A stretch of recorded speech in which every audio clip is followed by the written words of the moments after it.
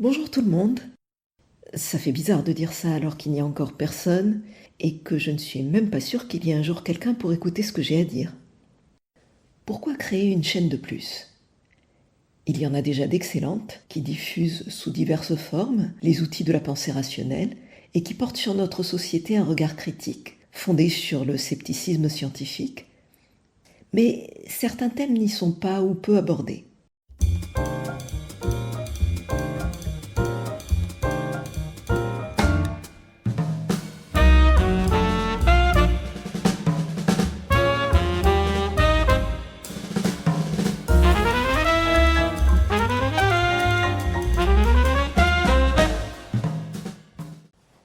J'ai choisi de commencer par la fin de vie. Ou plus exactement, dans ce domaine, je m'interroge sur le décalage entre la législation et l'opinion publique. Chacun tient à sa vie, mais ça ne veut pas dire que tout le monde veut vivre le plus longtemps possible et dans n'importe quelle condition. Parfois, on aimerait avoir le choix. Il arrive qu'une personne exprime sa volonté de s'éclipser en douceur et au moment qui lui convient.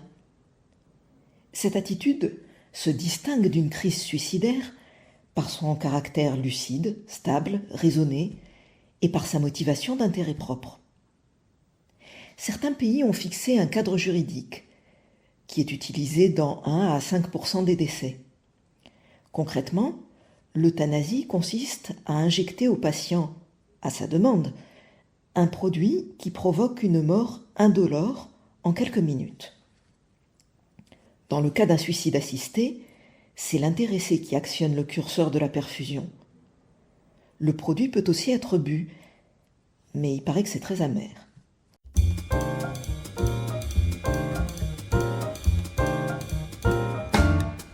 Pour l'instant, ces notions sont absentes du droit français. De ce fait, tout acte qui contribue à réaliser la volonté de mourir tombe sous le coup de lois qui ont été faites pour autre chose, notamment pour protéger l'individu contre une menace extérieure. Donner sciemment la mort à autrui, c'est un meurtre. Un assassinat si c'est prémédité. Le fait que la personne l'ait demandé n'entre pas en jeu. Le code pénal n'envisage pas ce cas de figure. Pourtant, la volonté est prise en considération puisqu'on distingue homicide volontaire et involontaire, mais pas celle de la personne qui meurt. C'est un point aveugle. Le suicide ne constitue pas une infraction au code pénal. Il ne peut donc pas y avoir complicité. Mais les directives ministérielles suggèrent aux magistrats plusieurs qualifications possibles, selon les cas. Non-assistance à personne en danger, non-respect de la réglementation sur les psychotropes, exercice illégal de la pharmacie, publicité pour des moyens de se donner la mort, provocation au suicide, qui en principe s'inscrit plutôt dans le cadre d'un harcèlement moral, abus de faiblesse, homicide involontaire. Ainsi, une personne qui aurait pu empêcher un suicide et ne l'a pas fait pourra être inculpée de non-assistance à personne en danger, bien que l'article 223.6 du Code pénal ne renvoie clairement pas à ce type de situation. Quiconque pouvant empêcher par son action immédiate, sans risque pour lui ou pour les tiers, soit un crime, soit un délit contre l'intégrité corporelle de la personne, s'abstient volontairement de le faire, est puni de 5 ans d'emprisonnement et de 75 000 € d'amende. Sera puni des mêmes peines quiconque s'abstient volontairement de porter à une personne en péril l'assistance que, sans risque pour lui ou pour les tiers, il pouvait lui prêter soit par son action personnelle, soit en provoquant un secours. En 2018, Jacqueline Jankel annonce publiquement son intention de mourir en Suisse à 76 ans, même si elle n'est pas gravement malade. Sa demande n'aboutit pas. Elle met fin à ses jours en 2022 en ingérant un produit illégal. Dans un livre paru en janvier 2024, Thomas Misraki, qui lui aussi a le projet de mourir à 75 ans, révèle qu'il était présent en tant qu'ami. Il encourt 5 ans d'emprisonnement et 75 000 € d'amende pour non-assistance à personne en danger. Cependant, à ce jour, il n'a pas été inquiété. Le suicide fait partie des causes de mortalité. C'est pourquoi il est illégal de diffuser des informations pouvant le faciliter. La vente et la détention de pentobarbital sont interdites, sauf à usage vétérinaire. Paradoxe, la loi permet de mettre fin à ces jours de façon violente, coup de feu, pendaison, défenestration, mais pas de s'auto-euthanasier. Dans l'affaire du Nambutal en 2021, la police a perquisitionné chez une cinquantaine de membres de l'association Ultime Liberté qui avaient commandé au Mexique une dose de pentobarbital pour mourir quand ils en éprouveraient le besoin. Une dizaine de personnes entre 60 et 80 ans ont été placées en garde à vue et mises en examen. Il n'y a pas encore eu de décision de justice.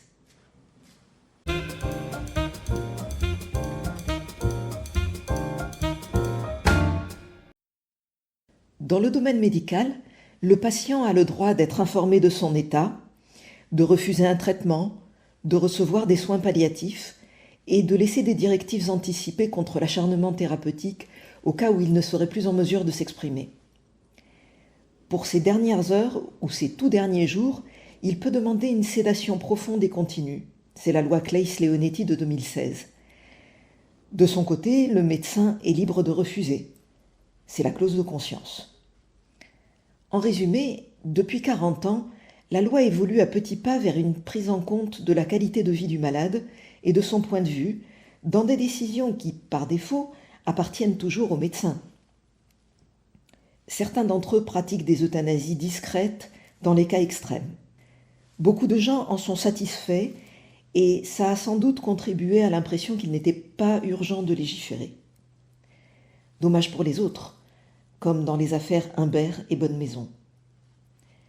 En 2002, un pompier de 20 ans, tétraplégique, aveugle et muet à la suite d'un accident, mais pouvant communiquer avec un doigt, demande à Chirac le droit de mourir. Puis il demande à sa mère de l'aider. Marie Humbert provoque le décès de son fils avec l'aide du docteur Chaussois. La juge va les relaxer en contorsionnant la loi et en déplorant publiquement ses limites. En 2011, un médecin est accusé, par une de ses ex, de 7 assassinats de personnes âgées mourantes. Une seule famille se constitue partie civile et lui reproche seulement son manque de transparence. Il est condamné à 2 ans avec sursis et bénéficie d'un non-lieu pour les 6 autres. Mais il est radié de l'ordre des médecins pour avoir agi sans consulter son équipe.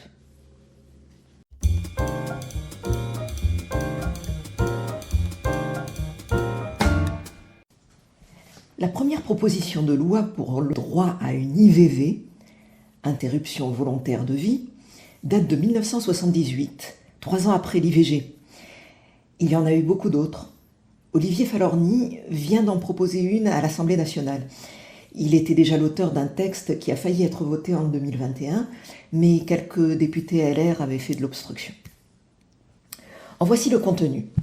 Toute personne capable, majeure, en phase avancée ou terminale d'une affection grave et incurable, lui infligeant une souffrance physique ou psychique qui ne peut être apaisée ou qu'elle juge insupportable, peut demander à disposer d'une assistance médicalisée permettant, par une aide active, une mort rapide et sans douleur.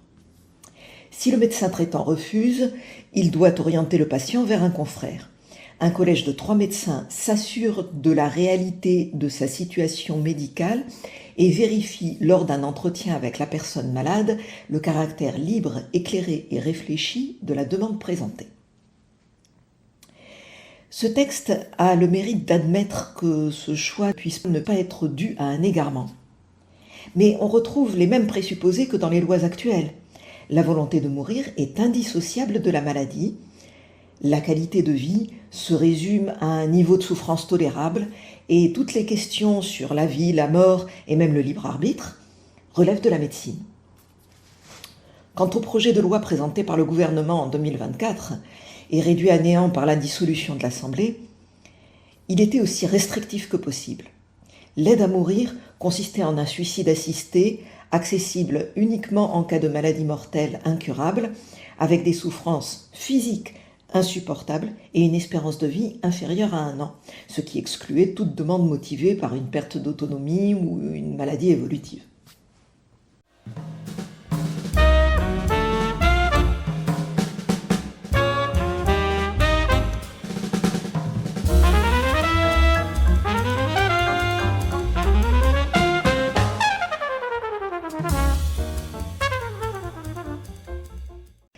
La fin de vie est un sujet clivant. C'est ce que vous diront sans hésiter tous ceux qui ne se sont pas renseignés. En fait, ce sujet est l'un des plus consensuels. La Convention citoyenne, en 2022, s'est prononcée à 76% en faveur du droit à l'euthanasie et ou au suicide assisté. Et dans les sondages, les Français se déclarent favorables à plus de 80%, de façon à peu près stable depuis 20 ans, quel que soit l'organisme de sondage ou la formulation de la question. Cette opinion est clairement majoritaire dans tous les groupes étudiés, classes d'âge, catégories socio-professionnelles, obédience religieuse et sympathie politique, y compris parmi les médecins, les catholiques pratiquants, les musulmans et les électeurs du RN. Ça atteint 98% dans l'ex-majorité présidentielle. Dans un sondage Ipsos sur les valeurs des Français en 2019, les partisans de ce droit étaient 96%, dont 60% uniquement en cas de souffrance grave et incurable, et 36% quelles que soient leurs conditions de santé. À titre de comparaison, en 2018, la PMA pour les couples de femmes n'avait que 60% de partisans. Et la loi est passée. Le mariage pour tous a été voté en 2013 alors que seulement 37% de la population estimait souhaitable d'ouvrir l'adoption aux couples de même sexe. En 1981, l'abolition de la peine de mort n'était soutenue que par 40% des Français. En 1975, 48% étaient favorables à la dépénalisation de l'avortement. Aujourd'hui, 81% sont satisfaits que l'IVG soit inscrite dans la Constitution. Ça veut dire que dans certains cas, la législation a devancé la société dans une évolution qui était déjà amorcée. Il est étonnant que, dans le même temps, et dans un domaine qui touche aussi à la bioéthique, la loi se montre au contraire beaucoup plus conservatrice que l'opinion.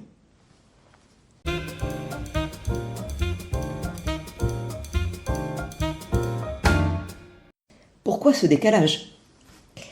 Nos présidents de la République semblent tous faire un blocage, quelle que soit leur couleur politique. Comme on l'a vu, tous les macronistes sont pour ce droit, sauf celui qui loge à l'Élysée. Il avait promis une loi pour 2023, mais il change de ministre de la Santé comme de chemise et c'est sans cesse reporté. Quand il s'est agi de légaliser l'IVG ou d'abolir la peine de mort, les blocages ont cédé grâce aux efforts d'une personnalité marquante. Simone Veil, Robert Badinter.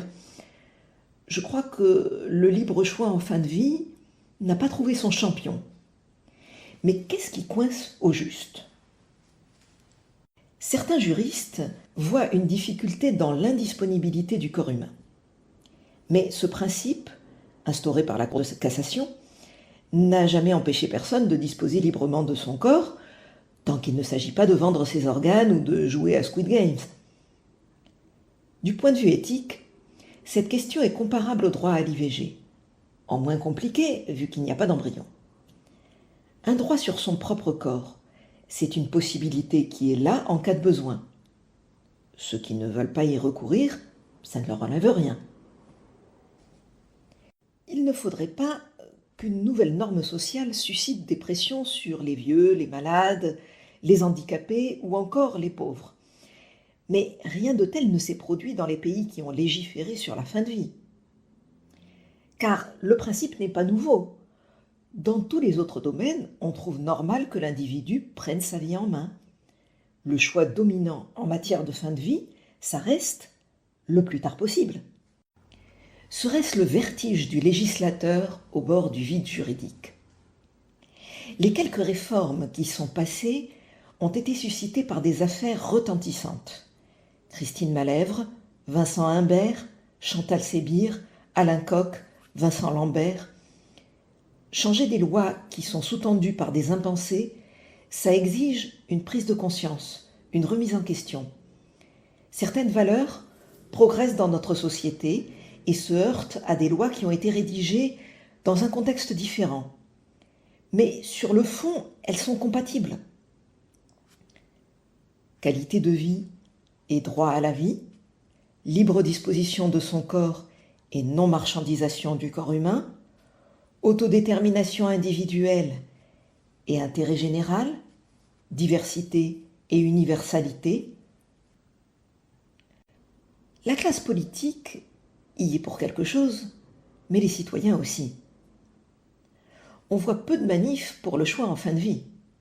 En revanche, ceux qui sont contre n'hésitent pas à harceler le gouvernement et les médias comme si c'était eux qui réclamaient un droit.